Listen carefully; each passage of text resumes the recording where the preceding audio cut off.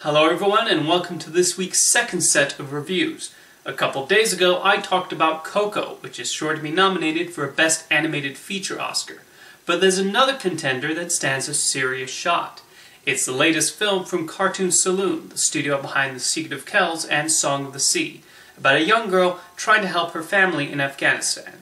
This is The Breadwinner. As directed by Nora Toomey, this is a film that really shows the limitless potential of animation, and how it's able to get away with more than a live-action film can. It does not shy away from the hardships and violence prevalent in that part of the world, as we see the struggles faced by Pavana. We definitely root for her as she makes the decision to disguise herself as a boy, and we fear for her safety. The film also effectively shows her home life, with the usual sibling squabbles, but we also see how close-knit they are, making her search for her father that much more important. The animation has a simplistic style, but it fits the world Pavana inhabits. The harshness of the desert is felt in every scene, and when it shows violence, it's purposely made difficult to watch, but not in a gratuitous way. The muted colors are key to these sequences, but the colors do open up when Pavana escapes into her stories. Admittedly, those are the weakest parts of the film. I was invested enough in her story that when she started telling these tales, I felt it messed with the pacing, and did not add a whole lot other than expand the themes already being developed. I understand why the stories within a story were there, I just wish they were implemented better. Nonetheless, The Breadwinner succeeds as an animated film using the medium beyond the stereotypical manner we're used to. If you've already seen Coco at this point, and you're looking for more animation but of a different variety, then you certainly should seek out when The Breadwinner opens near you, as these small independent films are worth supporting just as much as the big studio efforts, and this is a really good one.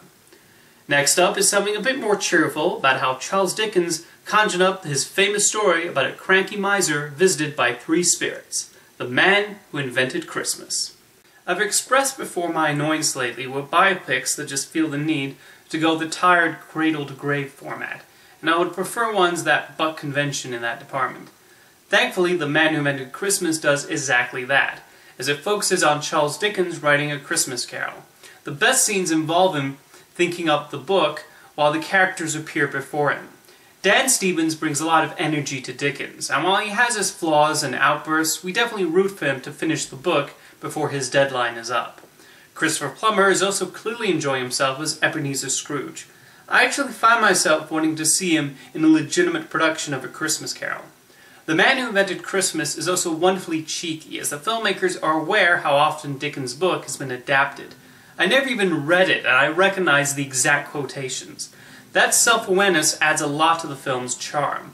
The film also gives the proper context for why Dickens is so sympathetic towards the poor, in some rather disturbing and sad flashbacks to his time in a worker's house. My main issue I had was the subplot with his father. I understand why it's there, but I felt it stopped the story in its tracks and only served as an added distraction and conflict for Dickens to overcome. I find the absentee father plotline is a hard one to do properly. Unless you're Steven Spielberg, of course. I feel if they cut those scenes, the film would have been leaner and slightly stronger. Regardless, The Man Who Invented Christmas is a warm-hearted movie for the holidays, and if you're a fan of Dickens' work and A Christmas Carol, it's worth a look. While artistic license was obviously taken, it's fun to see the process that led to a classic book and so many beloved movie adaptations and television specials. Thanks for watching this week's reviews, and I'll see you next time.